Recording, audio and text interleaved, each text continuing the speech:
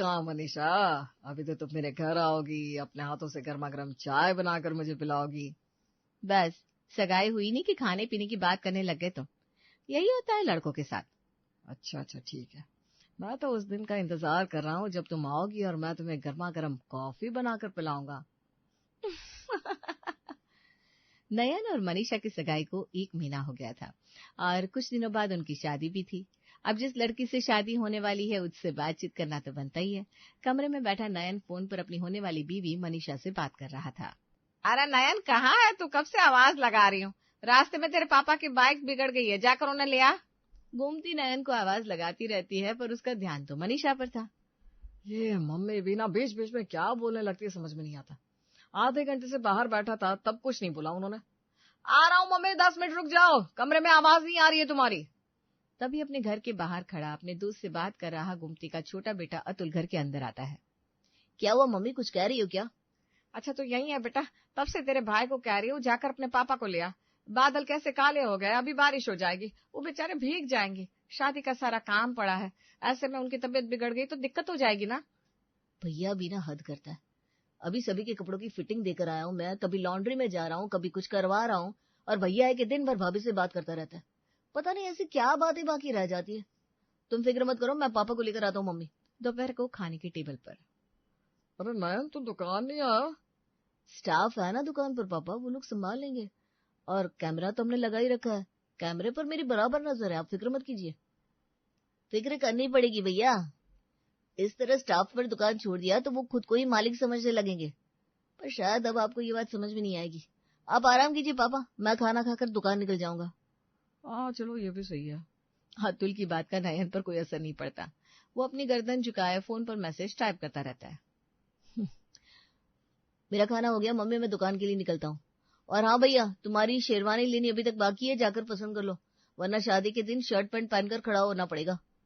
हर सुबह 9 बजे के पहले कमरे से बाहर न निकलने वाला नयन आज सुबह 6 बजे उठकर ही मॉर्निंग वॉक पर चला जाता है और 8 बजे तक नहा धोकर तैयार हो जाता है। मम्मी मैं तैयार हो गया हूँ, मुझे नाश्ता दे दो, फिर 10 बजे शेरवानी लेने भी जाना है। अरे वाह, चलो बेटा, मनीषा बहू की बातों का कुछ तो असर हुआ तुझ पर। तुझे नाश्ता देकर मैं भी फटाफट साड़ी पहन लेती हूँ, तुझसे तो अकेले शेरवानी पसंद होने से रही। हो जाएगी ना मम्मी, और वैसे भी मैं कौन सा अकेला जा रहा हूँ, मनीषा भी तो आएगी वहां। वो चाह रही है कि हम दोनों कपड़े मैचिंग पहने, तो एक ही दुकान से उसका लहंगा भी ले लूंगा और खुद की शेरवानी भी। अरे बेटा, पर हमारे यहाँ बहू का लहंगा उसके मायके से आता है। ये किस जमाने की बात कर रहे हैं पापा आप?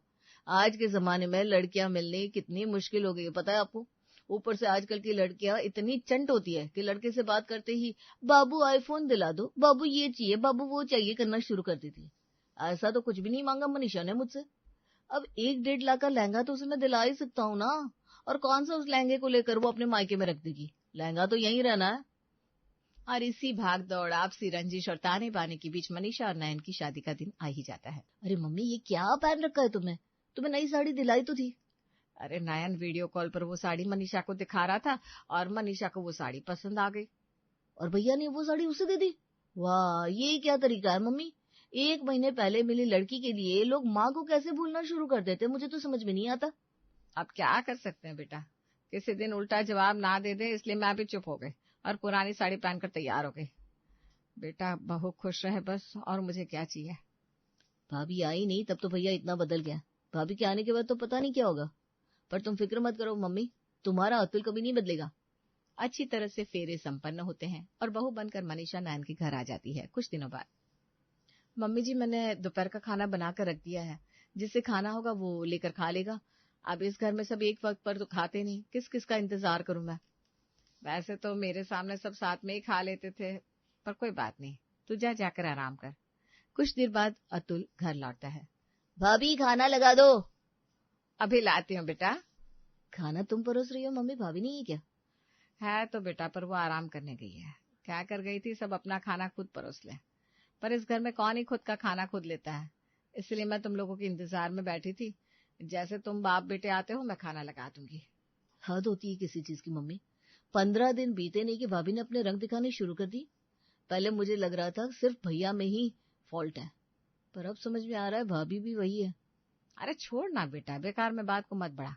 वरना नयन को लगेगा तो अपनी भाभी से चिढ़ के ये सब कह रहा है। इसी तरह दिन बीत रहे थे। एक रोज प्रमोद के साथ उनके दोनों बेटे दुकान पर थे कि नयन के फोन की घंटी बजती है। हाँ मम्मी जी। हाँ हाँ हाँ हूँ करता नयन दुकान से बाहर निकल जाता है। हमारे दुकान में नेटवर्क तो सही आता है, फिर समधन जी से बात करने के लिए नयन दुकान से बाहर क्यों चला गया? चलो पापा, आपको कुछ तो नोटिस हुआ? ये सब इस घर में भैया की सगाई के वक्त से ही चल रहा है। आजकल मम्मी के साथ भैया और भाभी के तेवर भी कुछ ठीक नहीं लगते मुझे। इसी तरह दिन बीत रहे थे। एक रोज हॉल में बैठी गोमती टीवी देख रही थी कि मनीषा उससे कहती है, मम्मी जी वो काम वाली कल से 1 हफ्ते की छुट्टी पर जा रही है, तो 1 हफ्ते के लिए डस्टिंग आप कर लेंगी क्या? वो क्या ना, सुबह उठते ही सभी को नाश्ता चाहिए होता है। अगर ऐसे में मैं साफ सफाई करने बैठ गई तो नाश्ते में देरी हो जाएगी। चलो अब हाथ से रिमोट हटाकर झाड़ू भी पकड़वा ही दे बेटा। क्यों मम्मी, आप ऐसा क्यों कह रही हैं? मुंह सुजाकर घूमती दूसरी ओर देखने लगती है। मनीषा रसोई में जाती है और उबले हुए आलू लेकर बाहर आती है। टीवी देखते देखते ये आलू छील दीजिए मम्मी जी, तब तक मैं खाने की तैयारी कर लेती हूँ। काम वाली बन गई हूँ मैं इस घर में। सोचा था बहू आएगी तो आराम करूंगी, पर यहाँ तो काम और बढ़ गया है। शाम के वक्त गोमती छत पर टहलने जाती है और उसी वक्त मनीषा उसे फोन कर देती है। मम्मी जी आप छत पर ही है ना, तो कपड़े जो सूख गए उसे नीचे ले आइएगा। बादल घूट रहा है, कभी भी बारिश शुरू हो जाएगी। बाल्टी में कपड़े लिए गोमती नीचे आ रही थी कि अतुल, प्रमोद और नयन घर आ जाते हैं। भागता हुआ नयन अपनी माँ के पास जाता है और उनके हाथ से कपड़े की बाल्टी ले लेता है। ये सब करवा रही है भाभी तुमसे मम्मी? अपनी आंखों से देखो माँ की हालत भैया, पर नहीं तुम्हें तो कुछ दिखेगा नहीं। आंख और मुंह पर पट्टी जो बांध ली है तुमने। 10 बजते नहीं कि कमरे का दरवाजा लग जाता है तुम्हारे। सुबह से रात तक कितनी देर तक तुम मम्मी से बात करते हो? तो मैं पहले कौन सा मम्मी की गोद में बैठा रहता था? दिमाग खराब मत कर तू मेरा। दिमाग मैंने नहीं, दिमाग भाभी ने खराब कर रखा है आपका भाई। जब देखो मेरी माँ से काम करवाती रहती है।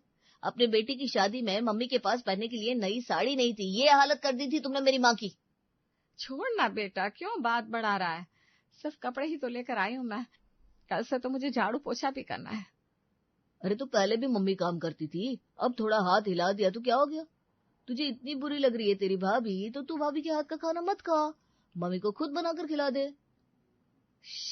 नयन, ये क्या कह रहे हो तुम? सुन ली अपने बड़े बेटे की बात मम्मी? अब तो भ्रमणा टूट गई ना आपकी, कि नहीं? तुम्हारा खाना बनाना भी भारी पड़ रहा है भाभी को। डायरेक्ट तो बोल नहीं पाती, भैया के थ्रू बुलवा रही है। मेरे लिए लड़की देखना शुरू कर दो मम्मी। मैं दिखाता हूँ भैया को कि बीवियों को कैसे रखा जाता है। और किसी को मेरी माँ की फिक्र करने की जरूरत नहीं है। मैं अपनी माँ को खिला भी सकता हूँ, उनके खर्च उठा भी सकता हूँ।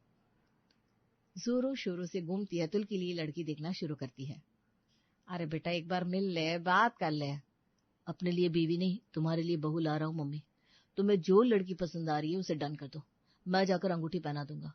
और हाँ, लड़की से साफ साफ कह देना सगाई के बाद मिलने जुलने की बात ना करे, उतना वक्त नहीं होता मेरे पास। मैं तो कहता हूँ सगाई के 2-3 दिन में ही शादी की डेट भी रख दो। पता नहीं क्या पुण्य किए थे मैंने बेटा, जो तुझ जैसा श्रवण मेरे घर पैदा हुआ। और जैसा अतुल ने कहा था बिल्कुल वो वैसा ही करता है। गीतांजलि से सगाई के बाद बिना उससे मिले जुले बात किए अतुल उससे शादी कर लेता है। सुहाग रात के दिन अतुल गीतांजलि के पास जाकर जैसे ही बैठता है वो कहती है, शायद मैं अभी तुम्हारे लिए अजनबी हूँ और तुम मेरे लिए, पर एक बात दिल से कहूँ, मैंने जब इस रिश्ते को अपनाया तो खुद से वादा किया था, अब से तुम्हारी हर खुशी मेरी जिम्मेदारी है। मुझे वक्त दो, मैं वादा करती हूँ हर दिन तुम्हें जानने, समझने और तुमसे जुड़ने की कोशिश करूंगी। मुझे लगा कि तुम मुझसे नाराज होगी। मतलब आज के जमाने में कौन सा लड़का अपनी भी होने वाली बीवी से बात न करता हो, मिलना न चाहता हो? तुम्हें शक तो नहीं हुआ कि मेरी कोई गर्लफ्रेंड होगी? जो लड़का अपनी माँ के लिए इतना फिक्रमंद हो वो कभी गलत कर ही नहीं सकता। मुझे ये नहीं दिखा कि आप मुझसे दूर रहना चाह रहे हैं, बल्कि ये दिखा कि आप अपने और मम्मी जी के बीच के रिश्ते को बचाना चाह रहे हैं। जो अपनी माँ की इतनी फिक्र करता हो वो मेरी तो करेगा ही। और यहाँ अतुल पिघल जाता है। अनजानी गीतांजलि अचानक ही उसे अपनी लगने लगती है। अगली सुबह, तुम उठ गए अतुल? अलार्म लगाकर सोई थी मैं, पर थकावट से आंख ही नहीं खुली। आपको मुझे उठाना चाहिए था ना। अरे आराम से गीतांजलि, इतनी हड़बड़ी करने की कोई जरूरत नहीं है। अभी तो हलवाई लगे ही हुए हैं। हलवाई लगे हुए हैं तो मुफ्त में थोड़ी ना काम कर रहे हैं, पैसे ले रहे हैं। मैं अभी जाकर हलवाई को हटाती हूँ और खाने की तैयारी करती हूँ। गीतांजलि रसोई में जाकर फौरन रसोई की तैयारी में लग जाती है। पहली रसोई में ही शरीर को इतना थकाने की जरूरत नहीं है गीतांजलि, तुमने हलवाई को भी हटा दिया। अब पति को खुश करने के लिए थोड़ी मेहनत तो करनी पड़ेगी ना भाभी। नाश्ता तैयार करके गीतांजलि सभी को परोस देती है। खाना तो वाकई बहुत अच्छा बना लेती हो तुम गीतांजलि। खाना अगर प्यार से बनाया हो ना भैया, तो मसाले कम ज्यादा भी हो जाए तब भी स्वाद अच्छा ही लगता है। और अतुल, टिकट्स हो गए तुम्हारे? हाँ पापा, हो तो गए, पर कल ही एक पार्टी आ रही है। भैया आप संभालोगे? हनीमून पर तो हम बाद में भी जा सकते ना अतुल, आप पहले काम कर लीजिए। वैसे भी शादी में कितना खर्च हो चुका है आपका। ठीक है, तो फिर मैं टिकट कैंसिल करवा देता हूँ। अरे हनीमून की टिकट्स कौन कैंसिल करवाता है अतुल? सभी अगर शादी को रोमांस का स्टेशन समझने लगेंगे भैया, तो फिर काम कैसे चलेगा? अतुल ने पहले ही कहा था, अतुल नहीं बदलने वाला। बदल कर तो मैं रहूंगी मम्मी, तुम फिक्र मत करो। जो लड़का शादी के पहले मुझसे नजरें चुरा रहा था वो जब मेरी आंखों में आंखें डालता है तो गाल लाल हो जाते हैं उसके 15 दिनों में अतुल मेरी बोली बोलने ना लगा तो मेरा नाम भी गीतांजलि नहीं। 15 दिनों बाद बिस्तर पर करहाती हुई गीतांजलि बिस्तर से उठने की कोशिश कर रही थी। अरे क्या हुआ गीता, सब ठीक तो है? मेरे पेट में बहुत दर्द हो रहा है अतुल। दवाई भी ली मैंने 2 गोलियां कि जल्दी से दर्द कम हो जाए तो किचन में जा सकूं, पर ये दर्द कम नहीं हो रहा। इस घर के बाकी लोग मर गए हैं क्या? तुमने ठेका ले रखा है क्या रसोई का? क्या हालत हो रखी है तुम्हारी, पसीने से तरबतर हो तुम। आराम करो। जैसे ही अतुल कमरे से बाहर पैर रखता है, गोमती उसे टोक देती है। अरे बेटा 10 बज गए, बहू अभी तक कमरे से बाहर नहीं आई, क्या बात है? तुम भी ना मम्मी कभी कभी हद करती हो। क्या बात होगी? तबीयत खराब है, कुछ देर सो भी नहीं सकती क्या? अरे तो मुझे कौन सा सपना आएगा कि बहू की तबीयत खराब है? आजकल की लड़कियां हर तीसरे दिन बीमार हो जाती है। ये सब टेढ़ी बातें तुम मेरी गैर मौजूदगी में भाभी को बोलती होगी, इसलिए भाभी तुमसे कटी कटी रहने लग गई होगी। कोई औरत खुद थोड़ी ना अपना घर फूंकना चाहेगी मम्मी। बिल्कुल सही कहा तीवर जी आपने। अब आपको समझ में आया कि सुबह 6 बजे उठकर रात 12 बजे तक अगर बहू काम करेगी तो वो चाहेगी ना कि उसकी सास थोड़ा बहुत हाथ हिला ले। पर एक माँ जैसे ही सास बनती है वो पूरी तरह बदल जाती है। आप फिक्र मत कीजिए, खाना तो मैं वैसे भी बनाती हूँ सबके लिए, गीतांजलि को आराम करने दीजिए। और 15 दिन में ही अतुल तो नयन से भी 4 कदम आगे निकल जाता है। रात को खाने के टेबल पर अतुल के फोन पर उसकी सास का कॉल आता है। अरे उठा ले बेटा, तब से फोन बज रहा है। अब खाकर उठा लूंगा पापा। साफ साफ बोल दे कि हमारे सामने बात करने में शर्म आ रही है तुझे। शक कहीं और नहीं, हमारे खुद के दिमाग में होता है पापा। मैंने तो इसलिए फोन नहीं उठाया कि आप लोग फिर कहेंगे 2 दिन में अपनी सास का हो गया।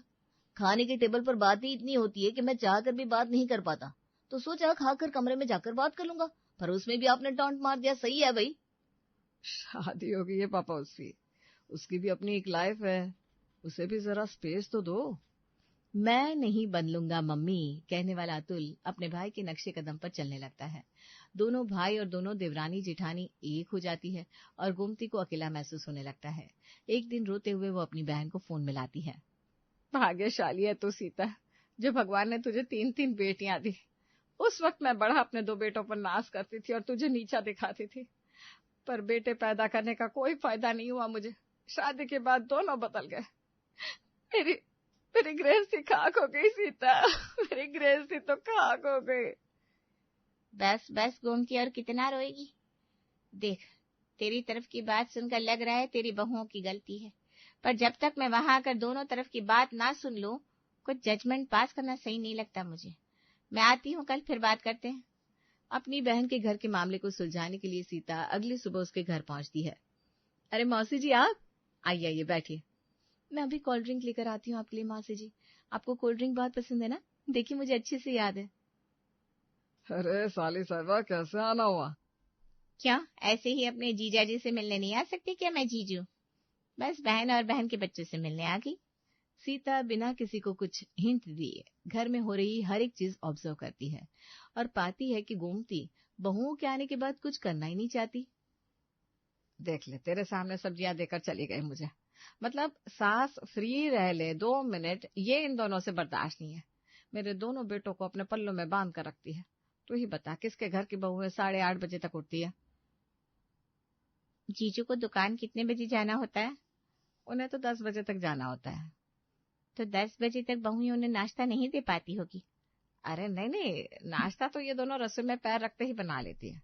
अच्छा, और जब भी अपने ससुराल पक्ष वालों का फोन आता है तो तेरे बेटे फोन लेकर बाहर चले जाते हैं, पर मुझसे बात करने के लिए तू भी तो फोन लेकर बालकनी में आ जाती है, तब क्या तेरी बहुओं को शक नहीं होता होगा?